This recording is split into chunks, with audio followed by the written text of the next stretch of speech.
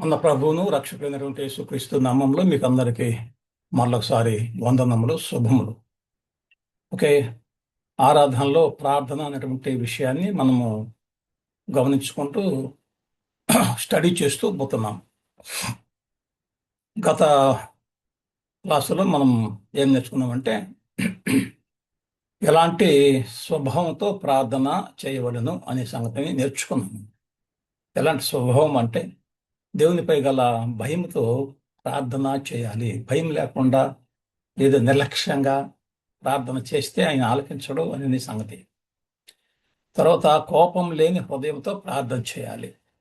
కోపము, కోపతాపాలు, అలకలు అవి ఉండకూడదు. తర్వాత అణకువగాల స్వభావంతో ప్రార్థన చేయాలి. అణిగి సుంకరి ప్రార్థనలాగా. ఎగ్జాంపుల్, పాపినైనా నన్ను కరుణించుము అని పిలిచి అణకువ, ఆ స్వభావం మనం చూస్తాం అక్కడ.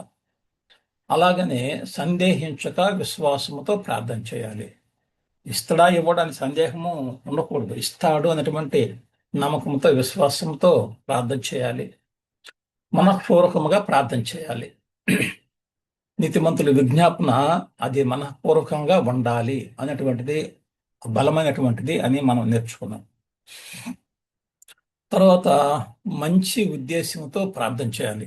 దేనికోసం అడుగుతున్నావు, దేనికోసము నువ్వు కోరుతున్నావో అది మంచి ఉద్దేశంగా ఉండాలా, అది దేవుడు నచ్చేదిగా ఉండాలి. ఆ తర్వాత క్షమించేటువంటి గుణము కలిగి ఉండాలి. ఎదుటి వాడిని, నీ శత్రువుని కూడా క్షమించేటువంటి గుణము కలిగి నువ్వు ప్రార్థన చేయాలి. ఆ తర్వాత అత్యాసక్తితో ప్రార్థన చేయాలి. ఆసక్తి కూడా ఉండాలి. ప్రార్థన చేయాలన్నటువంటి ఆసక్తి, జిజ్ఞాస. ప్రార్థన చేయాలి, ప్రభు నేను అడగాలి, నేను ఫలాన్ని పొందాలి అనేటువంటి ఆసక్తి నీకుండి ప్రార్థన చేయాలి. పవిత్రమైన జీవితం కలిగి ప్రార్థన చేయాలి. ఇలాంటి ప్రార్థన చేసేటప్పుడు పవిత్రమైనటువంటి జీవితము చాలా చాలా ఇంపార్టెంట్. నీ జీవితము పవిత్రంగా ఉండాలి. అప్పుడు నువ్వు ప్రార్థన చేస్తే దేవుడు ఆలకిస్తాడు. ఇది ప్రార్థన చేయవలసినటువంటిది మనము స్వభావము. ఎలాంటి స్వభావంతో చేయాలంటే ఇలాంటి ఈ స్వభావాన్ని మనము గత పాఠంలో నేర్చుకున్నాం. ఈ 9 విషయాలు ఉన్నాయి. ఇలాంటి స్వభావం కలిగి ప్రార్థన చేయాలి. ఓకే, ఈరోజు మనం నేర్చుకునేటువంటి అంశం ఏంటంటే ఏ భంగిమలో ప్రార్థన చేయాలి. భంగిమ, కూర్చొని, నిలబడా, లేకుంటే ఎలాంటి భంగిమలు. చాలామంది కూర్చొని ప్రార్థన చేయకూడదు అంటారు. మోకరించి, కాళ్ళ మీద మోకరించి ప్రార్థన చేయాలి అంటారు. ఓకే, మీకు మోకాలు వంగితే, వంగగలిగినటువంటి వయసులో ఉన్నటువంటి వాళ్ళు మోకరించి ప్రార్థన చేయొచ్చు, తప్పేం లేదు, మంచిదే. మరి మోకరించినటువంటి ముసలోడు, ముతలోడు, వాళ్ళ సంగతి ఏంటి? వాళ్ళ ప్రార్థన దేవుడు ఆలకించడా అంటే ఆలకిస్తాడు. అది కాదు. కానీ భంగిమ, ఏ భంగిమైన ఓకే కాదంటం లేదు. అయితే నీ హృదయ భంగిమ దేవుడు చూస్తాడు. శరీర భంగిమ కాదు, నీ హృదయ భంగిమని దేవుడు చూస్తాడు. ఓకే, దీంట్లో భాగంగా ఏ భంగిమలు మనం ప్రార్థన చేయొచ్చు అంటే నిలువబడి ప్రార్థన చేసుకోవచ్చు, నిలబడుకొని ప్రార్థన చేసుకోవచ్చు. చేసినట్లుగా మనకు గ్రంథంలో చూస్తాం. అదే 18వ అధ్యాయంలో, కసవాత 18వ అధ్యాయము 13వ వచనము. అయితే సుంకరి ఎలా ప్రార్థన చేసేవాడు చూడండి. అయితే సుంకరి దూరంగా నిలుచుండి ఓకే, ఆయన ప్రార్థన యాక్సెప్ట్ చేశాడు దేవుడు. నిలబడినా కూడా ప్రార్థన దేవుడికి అంగీకారమే. ఆకాశం వైపు కన్నులు ఎత్తుటకైనను ధైర్యం చాలక రొమ్ము కొట్టుకొనుసు దేవా పాపినైనా నన్ను కరుణించమని పలికినాడు. ఓకే, నిలబడి ప్రార్థన చేస్తే నీతిమంతుగా తీర్చబడ్డాడు సుంకరి, తన పాపాన్ని ఒప్పుకున్నాడు. ఓకే, నెహెమ్యా గ్రంథంలో కూడా 9వ అధ్యాయంలో 5వ వచనం, 9:5. అప్పుడు లేవీలైన యేషువ, కద్మీయేలు, బాని, సహబ్నయ, షెరెబ్య,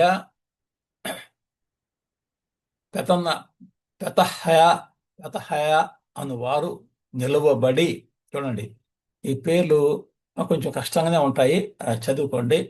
అలాంటి వారు నిలవబడి నిరంతరము మీకు దేవుడైన యెహోవాను స్తుతించుడే అని చెప్పి ఇలాగూ స్తోత్రము చేసిరి. సకలాశీర్వచన స్తోత్రములకు మించిన నీ ఘనమైన నామము స్తుతించబడును కాక అన్నారు. సకల ఆశీర్వచన స్తోత్రములకు మించినటువంటి నీ ఘనమైనటువంటి నామము స్తుతించబడును గాక అని చెప్పినని దేవుని వైపు తిరిగి స్తుతించటం, నిలవబడి అని అన్నారు. వాళ్ళంతా నిలవబడ్డారు, స్తుతించాడు, ప్రార్థన చేశారు. ఓకే, దేవుడు యాక్సెప్ట్ చేశాడు నిలబడినటువంటి. మార్కు సువార్తలో కూడా 11వ అధ్యాయంలో 25వ వచనంలో ఒక మాట చదువుకున్నాం. మీకు ఒకని మీద విరోధం ఏమైనా కలిగి ఉన్న ఎడల, మీకు ఒకని మీద విరోధం ఏమైనా కలిగి ఉన్న ఎడల, ఓకే, మనకు ఒక విరోధము ఒకని మీద ఉంటుంది, అతను ఏదో మనకు ద్రోహం చేశాడు కూడా కలిగి ఉంటుంది. కలిగి ఉన్న ఎడల మీరు నిలవబడి ప్రార్థన చేయనప్పుడల్లా వారిని క్షమించండి. అలాంటి విరోధమైనటువంటి భావం ఏదైనా ఉంటే మనము ఎప్పుడైతే ప్రార్థన చేసి నిల్చుంటామో అప్పుడు అంతా కూడా మనం ఏం చేయాలంట?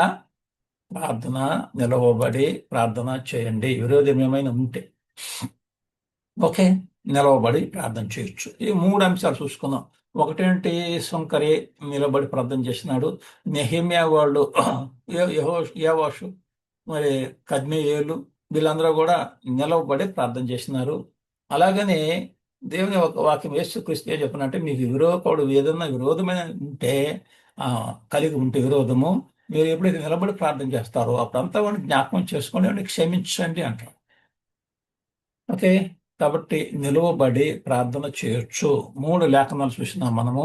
ఈ 3 లేఖనాలలో నిలువబడి ప్రార్థన చేసినట్లుగా మనం.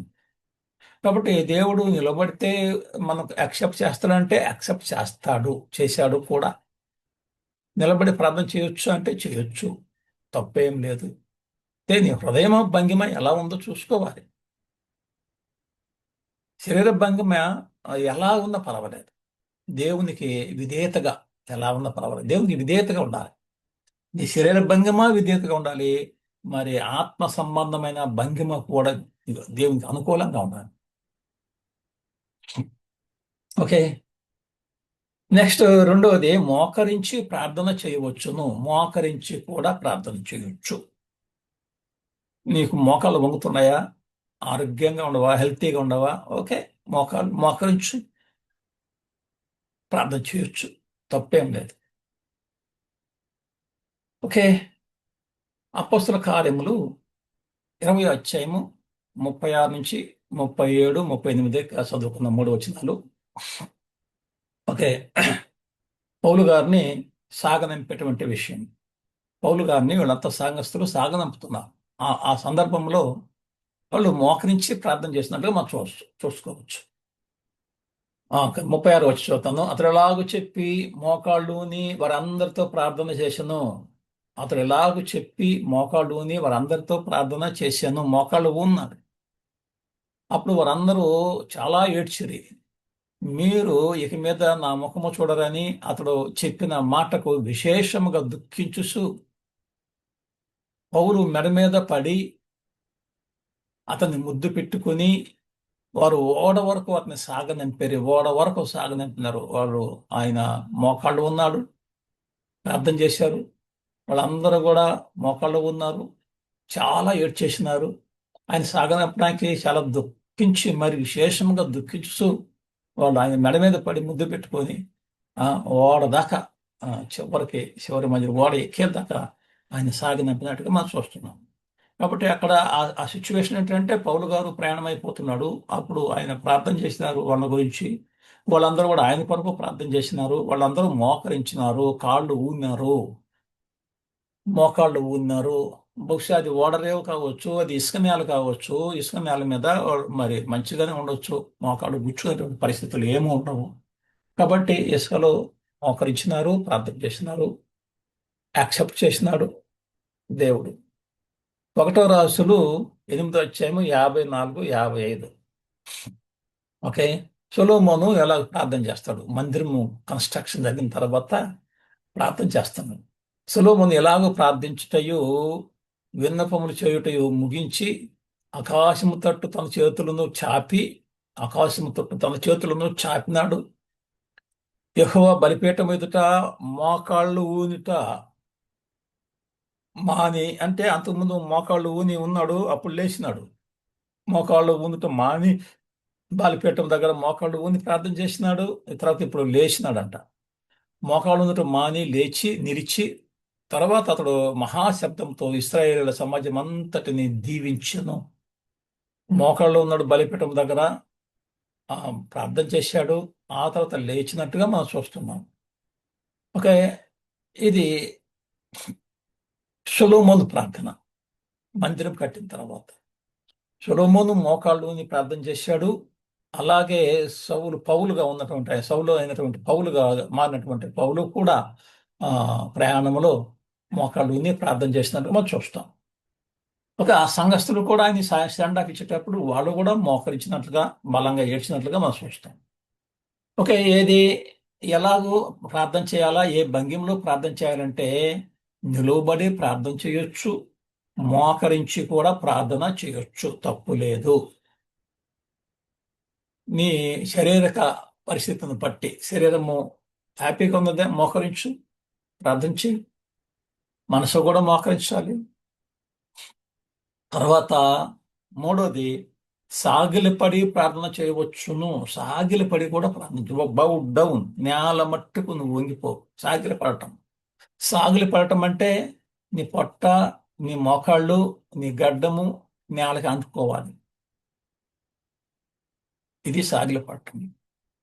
చేతులు కూడా ఇటు చాపుకొని ఈ చేతులు కూడా నేలని అంటాలి, నేల తాకాలి. దీన్ని సాగిలపడి అంటారు. యజ్రా చూడండి, 10వ అధ్యాయంలో యజ్రా 1-2 వచనాలు. యజ్రా ఏడ్చుచు దేవుని మందిరం ఎదుట సాష్టాంగపడుచు, దేవుని మందిరం ఎదుట సాష్టాంగపడుచు, అబ్బా. యజ్రా శాస్త్రిగా ఉన్నాం, గొప్ప విద్వాంసుడు, లేఖనాలలో పాండిత్యం సంపాదించినటువంటి వాడు. పాపమును ఒప్పుకొని ప్రార్థన చేశాను. ప్రార్థన పాపాలను ఒప్పుకొని, అయ్యా మేము ఇంతకాలం నిర్లక్ష్యం చేశాం, మేము ఆ పాపాలను మేము ఒప్పుకుంటున్నాం చెప్పని ఆ సాష్టాంగపడి ప్రార్థన చేసిన చూస్తాం. సాష్టాంగపడటం అంటే ఇక ఈ ఎజ్రా కూడా తన శరీరాన్ని నేలకు ఆనించినట్లుగా మనం చూస్తాం. శాస్త్రిగా ఉంటున్నాడు, ఎంత వయసులో ఉన్నాడు ఎత్తురీతి కానీ ఆయన సాష్టాంగ పడినట్లుగా చూస్తున్నాము. అలాగని 9వ అధ్యాయంలో కూడా 5-6 వచనాలు, 9-5-6 వచనాలు యజ్రాలోనే. సాయంత్రపు అర్పణ వేళను శ్రమ తీరగాను నేను లేచి నా వస్త్రమును దుప్పటిని చింపుకొని మోకాళ్ళ మీద పడి నా దేవుడైన యెహోవా తట్టు చేతులెత్తి, నా దేవా నా దేవా, నా ముఖము నీ వైపు ఎత్తుకొనుటకు సిగ్గుపడి కిందుడనై ఉన్నాను. మా దోషములు మా తలకు పైగా హెచ్చించి ఉన్నవి, మా అపరాధాలు ఆకాశమంత ఎత్తుగా పెరిగి ఉన్నది అని యెహోవా తట్టు చేతులెత్తి మోకాళ్ళు ఊని ఆ దుప్పటి వస్త్రాలు చింపేసుకొని మోకాళ్ళు ఊనినట్టుగా చూస్తాం. ఓకే. మరి అలాగూ మోకాళ్ళు ఊని ప్రార్థన చేయొచ్చు అంటే చేయొచ్చు, చేసినట్లుగా ఉంటుంది. కొత్త నిబంధనలో కూడా మనము 26వ అధ్యాయము 39వ వచనం చూస్తాం. కొంత దూరం వెళ్ళి సాగిలపడి, నా తండ్రి సాధ్యమైతే ఈ గిన్నె నా యొద్ద నుండి తొలగిపోనిమ్ము, అయినను నా ఇష్ట ప్రకారం కాదు నీ చిత్త ప్రకారమే కానిమ్మని ప్రార్థించిన. యేసు ప్రభు శిలువకి అప్పగించబడబోయే ముందు ఆయన తండ్రితో ప్రార్థన చేస్తున్నాడు. సాగిలపడి కొంత దూరం పోయినాడు, సాగిలపడి అంటాడు అక్కడ. ఓకే. సాగిలపడి, తండ్రి సాధ్యమైతే ఈ గిన్నె నా యొద్ద నుంచి తొలగించు అని ఇంత బాధతో ఉన్నాడు ఆయన. ఆ యొక్క ఆ బాధ రేపు ఇక సిలువ వేస్తారు అనేటువంటి డిసైడ్ అయిపోయిన తర్వాత ఎంత బాధగా ఉంటుందో మనం. అలాంటి దుఃఖాక్రాంతుడుగా ఆయన సాగిలపడి నేలను వండుకొని తండ్రికి ప్రార్థన చేసినారు. అయితే నా ఇష్ట ప్రకారం కాదు తండ్రి, నీ చిత్త ప్రకారమే కానిమ్ము అని చెప్పన్నాడు. యాక్సెప్ట్ కూడా చేశాడు. నేను సెలువు ఎక్కటం ఖాయం అనుకుంటే ఓకే. అలాగూ సాగిలపడి ప్రార్థన చేసినట్లుగా యజ్రా రెండు చోట్ల మత్తయి సువార్త యేసుక్రీస్తు కూడా సాగిలపడి ప్రార్థన చేస్తున్నారు. వాళ్ళు మనకు ఆదర్శంగా ఉంటారు. ఓకే ఓకే ఇక వాళ్ళని చూసుకొని మనము ప్రార్థన సాగిలపడి చేయొచ్చు. ఓకే సరే. కూర్చుండి ప్రార్థన చేయొచ్చా చేయకూడదా అంటే కుర్చీలో కూర్చున్నాడు, ఒకవేళ వృద్ధాప్యంలో ఉండొచ్చు ఆయన, లేదంటే బాగా లేకుండా పేషెంట్ గా ఉండొచ్చు. కుర్చీలో కూర్చొని ఉన్నాడు, ఆయన లేని పరిస్థితిలో ఉన్నాడు, ప్రార్థన చేసుకోవచ్చు, తప్పేం లేదు. కూర్చొని కూర్చుండి కూడా ప్రార్థన చేసుకోవచ్చు, సాగిలిపడి ప్రార్థన చేసుకోవచ్చు, నిలబడి ప్రార్థన చేసుకోవచ్చు. రాసైన దావీదు 1 దినవృత్తాంతాలలో 17వ అధ్యాయము 16వ వచనం చూడండి ఒకసారి. 17, 16. 1 దినవృత్తాంతాలు 17వ అధ్యాయం 16వ వచనం. రాజైన దావీదు వచ్చి యెహోవా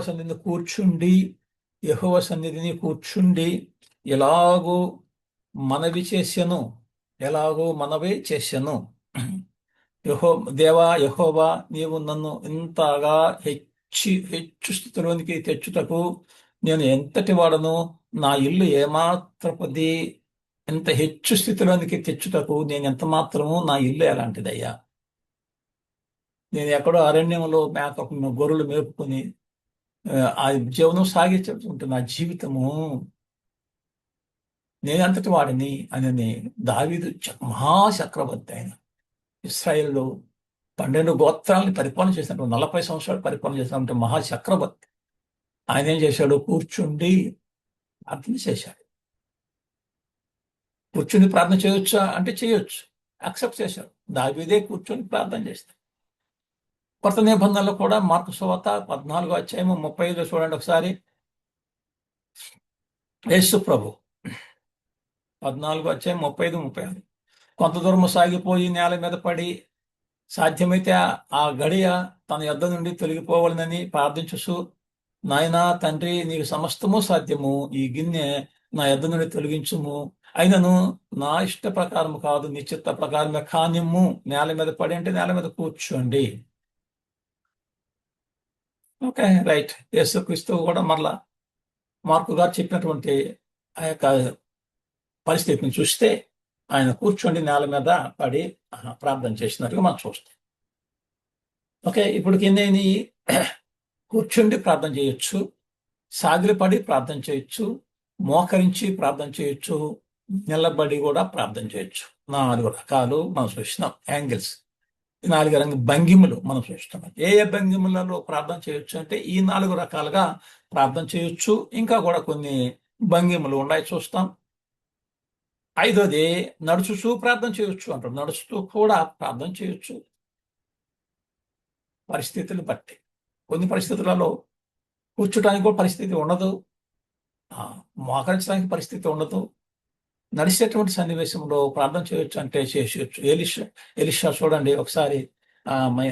ఒక బిడ్డ చనిపోయినప్పుడు, ఒక విధవరాలి బిడ్డ చనిపోతాడు. అప్పుడు ఎలిషా ఎలా ప్రార్థన చేశాడు చూడండి. ఎలిషా ఆ ఇంట వచ్చి బాలుడు మరణమై ఉండి తన మంచం మీద పెట్టబడి ఉండు చూసి తానే లోపలికి పోయి వారిద్దరే లోపల నుండగా తలుపు వేసి యెహోవాకు ప్రార్థన చేసి మంచం మీద ఎక్కి బిడ్డ మీద తను చాసుకొని తన నోరు వాని నోటి మీదను, తన కండ్లు వాని కండ్ల మీదను, తన చేతులు వాని చేతుల మీదను ఉంచి బిడ్డ మీద పొడుగుగా పడుకొని ఆ బిడ్డ ఒంటికి ఎట్ట కలుగుటకు, ఒంటికి చూడండి, ఆ బిడ్డ ఒంటికి ఎట్ట పుట్టెను.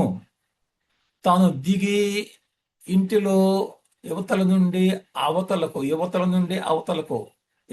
ఒకసారి తిరిగి నడిచి మళ్ళా మంచం మీద ఎక్కి వాని మీద పొడుగుగా పండుకొనిగా బిడ్డ 7 మార్లు తుమ్మి కళ్ళు తెరిచాను.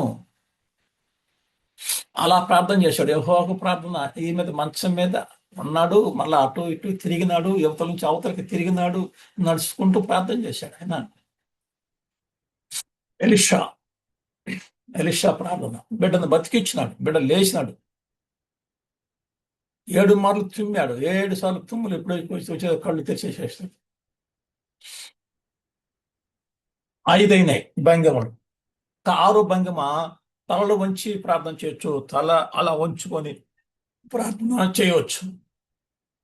చేయొచ్చు 6 భంగిమ. అందుకు మోషే చూడండి, నిర్గమకాండము 34 అధ్యాయము 8-9 వచనాలలో ఉంటుంది. అందుకు మోషే త్వరపడి నేల వరకు తల వంచుకొని నమస్కారం చేసి, అంటే మోషే ఏం చేశాడు? తల వంచుకున్నాడు. అలా నేల వరకు తల వంచుకుని, ఓకే, ప్రభువా, నా మీద నీకు కటాక్షము కలిగిన ఎడల నా మనవి ఆలకించుము అన్నాడు. ప్రభువా, నా మీద నీకు కటాక్షం ఉంటే నా మనవి ఆలకించు. దయచేసి నా ప్రభువు మా మధ్య ఉండి మాతో కూడా రావలెను. వీరు లోబడనలని ప్రజలు మా దోషము పాపమును క్షమించి మమ్మను నీ స్వాస్థ్యముగా చేసుకుందామనెను. నీ స్వాస్థ్యంగా చేసుకోయ మమ్మల్ని అని చెప్పనని ప్రార్థన చేశాడు. తల వంచి మోషే ప్రార్థన చేసినట్టు మనం చూస్తాం. నెహెమ్యాలో కూడా మళ్ళీ ఒకసారి 8వ అధ్యాయం తిరిగి రండి. నెహెమ్యా గ్రంథంలో 8వ అధ్యాయం 5-6 వచనాలు. 8వ అధ్యాయం 5-6 వచనాలు నెహెమ్యా. అప్పుడు ఎజ్రా అందరికంటే ఎత్తుగా నిలవబడి జనులందరూ చూస్తుండగా గ్రంథము విప్పగాని జనులందరూ నిలువబడిరి. ఎజ్రా మహాదేవుడైన యెహోవాను స్తుతింపగా జనులందరూ తమ చేతులెత్తి ఆమేన్ ఆమేన్ అని పలుకుచు నేలకు ముఖములు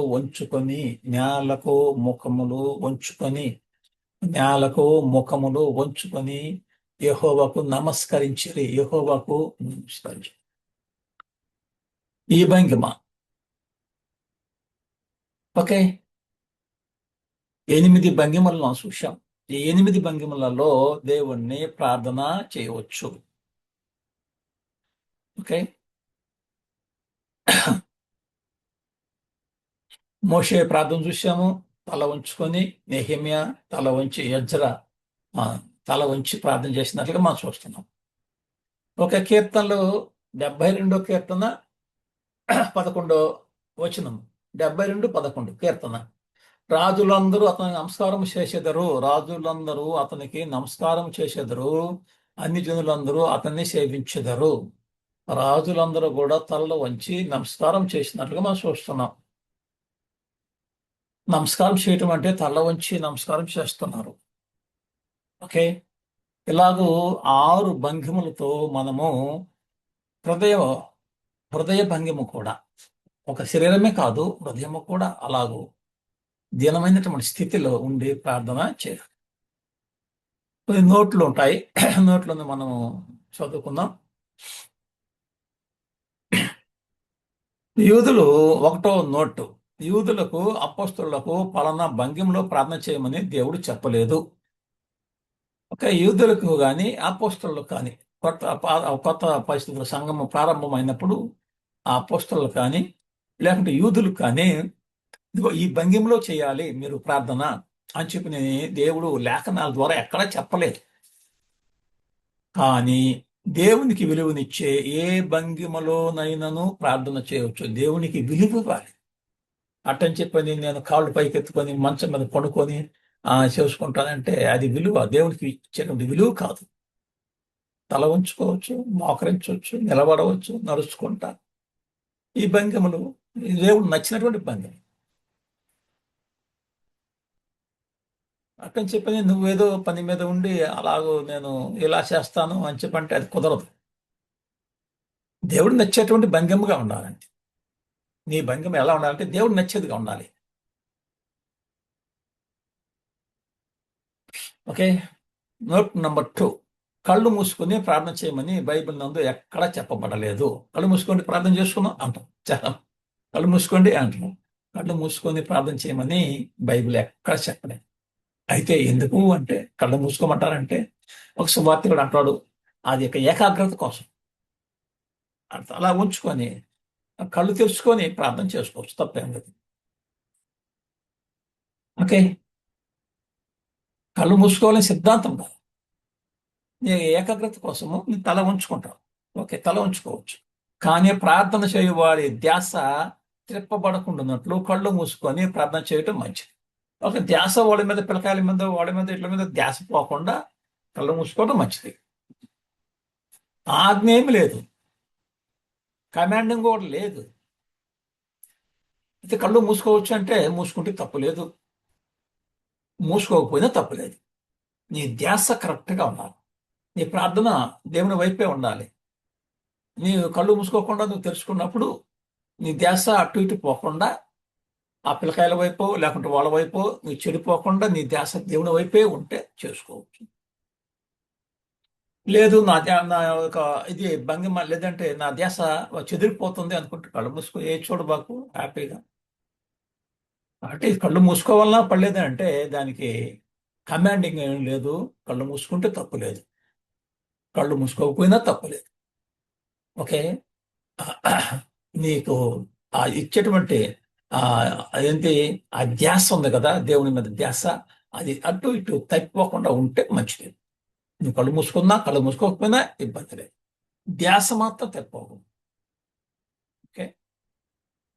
ఇక మూడోది, చేతులెత్తి ప్రార్థన చేయుట యూదులు ఆచారం అని గమనించమన్నాం. అప్పుడు యూదులు చాలా మంది చేతులెత్తి ఇలా ప్రార్థన చేసేటటువంటి వాళ్ళు. ఈ రోజులో కూడా చాలా మంది చేస్తున్నారు. అయితే అది ఆ రోజు యూదులు చేశారు, అంతేగాని ఈ రోజులలో అది మనకు వర్తించదు. మనమేం యూదులం కాదు, మనం క్రైస్తవులేము. ఒక చేతులెత్తి ప్రార్థన చేయటం యూదులకు ఆచారం అని గమనించమని. ఇది మన హృదయములను దేవుని వైపునకు త్రిప్పుటను పరలోకము నుండి జవాబు ఆశించుటను సూచించుతున్నది. ఇది ఎలా చేతులెత్తుతున్నావు అంటే ఆ దేవుని వైపు మనము త్రిప్పబడుట, అలాగో పరలోకం నుండి జవాబు ఆశించుటను సూచించున్నది. ఆ జవాబు వస్తుందేమో అన్నట్టుగా సూచిస్తుంది ఆ యొక్క భంగిమ. ఓకే. అది వాళ్ళ ఆచారం. అది నువ్వు కూడా అలా చేయాలంటే చేయబడలేదు, ఎందుకంటే అది ఆచారం ఏం కాదు. ఒకవేళ చేస్తుండవు అంటే చేసినా కూడా తప్పేం లేదు. అంటే కళ్ళు మూసుకొని ప్రార్థన చేయొచ్చు అంటే చేయొచ్చు, చేయకపోవచ్చు. చేతులెత్తి ప్రార్థన చేయొచ్చు అంటే చేయొచ్చు, చేయకపోవచ్చు. ఆచారంగా ఉండకూడదు అది. ఇలాగనే చేయాలి అనేది ఉండకూడదు. అది యూదుల ఆచారం, యూదులు అలాగే చేసేటువంటి వారు. ఓకే.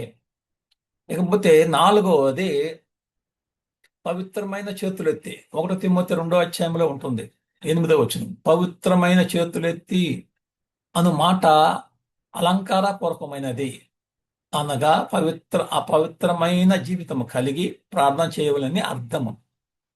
పవిత్రమైన చేతులు ఎత్తి అనేటువంటి మాట మనం చూస్తాం కదా 1 తిమోతిలో 2వ అధ్యాయంలో 8వ వచనంలో. అది అలంకార పూర్వకం, అలంకార రూపం, అది అంతే. అటని చెప్పని చేతులు ఎత్తేస్తే ఈ చేతులు శుభ్రంగా కడుక్కొని చేతులు ఎత్తమని. పవిత్రమైన చేతులు అంటే పవిత్రంగా సబ్బు 2-3 సార్లు చేతులు వేసి కడుక్కొని బాగా నీళ్ళలో మంచి నీళ్ళతో కడుక్కొని అప్పుడు పవిత్రమంగా ఉన్నటువంటి చేతులు అని కాదు దాని అర్థం. భావన అది అలంకారంగా చెప్పబడింది. మన జీవితము పవిత్రంగా ఉండాలి అని. కోపము సంచయము ఉండకూడదు, అనుమానాలు ఉండకూడదు, అది అక్కడ చెప్పి నీ హృదయం యొక్క స్థితిని, పవిత్రతను చూపిస్తుంది అక్కడ. చేతులెత్తి అంటే పవిత్రమైన హృదయంతో అని దాని అర్థం. ఓకే. కాబట్టి పవిత్రమైన హృదయము అన్నప్పుడు, చేతులెత్తి అన్నప్పుడు మా చేతులు ఎత్తాలి కదా, అక్కడ ఉంది కదా అని చెప్పి అనుకోబాకండి. అది చేతులను గురించినటువంటి అక్షరార్థం కాదు, అది భావార్థము. హృదయ శుద్ధిని గురించి చెప్తున్నాడు, అంతేగాని చేతుల గురించి కాదు. వాడు చేతులు ఎత్తినావు అంటే చేతులు ఎత్తి ప్రార్థన చేస్తే కూడా తప్పు లేదు. ఓకే. ఇలాగూ భంగిమలు కలిగి మనము దేవుణ్ణి ప్రార్థన చేయవచ్చు. ఒకటే భంగిమ నిలబడి ప్రార్థన చేయొచ్చు. రెండోది ఏంటి భంగిమ? మోకరించి ప్రార్థన చేయొచ్చు. మూడో భంగిమ ఏంటి? సాగిలిపడి ప్రార్థన చేయొచ్చు. నాలుగో భంగిమ ఏంటి? కూర్చుండి ప్రార్థన చేయొచ్చు. ఇంకొకటి ఐదవది నడుచుచూ కూడా ప్రార్థన చేయొచ్చు. ఆరవది తల వంచుకొని ప్రార్థన చేయవచ్చు. అలాంటి 6 భంగిములలో మనము ప్రార్థన చేయొచ్చు. ఆ భంగిములు శరీర భంగిములు ప్లస్ ఆత్మ సంబంధమైన భంగిములు కూడా ఉండాలి. భంగిమ అనగానే శరీరమే కాదు. తల వంచినావంటే వంచినవే తలకు ఇంకొక ఆలోచన ఉండకూడదు, హృదయ ఆలోచన వేరుగా ఉండకూడదు. తల వంచినావంటే నీ హృదయంలో ఏదైతే భావన కలిగి ఉందో ఆ భావనే తల వంచుకుంటుంది. ఆ హృదయ స్పందన అది. హృదయంలో కలిగినటువంటి భావన నేను తల వంపు చేసేస్తుంది. అలాంటి భంగిమలలో నువ్వు ప్రార్థన చెయ్యవచ్చును. ఓకే. పవిత్రమైన చేతులెత్తి అంటే అర్థం ఏంటి? పవిత్రమైన హృదయముతో అని. చేతులెత్తి ప్రార్థన చేయొచ్చు అంటే చేయొచ్చు, చేయకపోవచ్చు. కళ్ళు మూసుకొని ప్రార్థన చేయాలంటే చేయొచ్చు, చేయకపోవచ్చు. అదేం ఆచారం మాత్రం కాదు. ఇది యూదుల ఆచారము. కళ్ళు మూసుకోవటం అనేటువంటిది, చేతులు ఎత్తడం అనేటువంటిది అది యూదుల ఆచారము.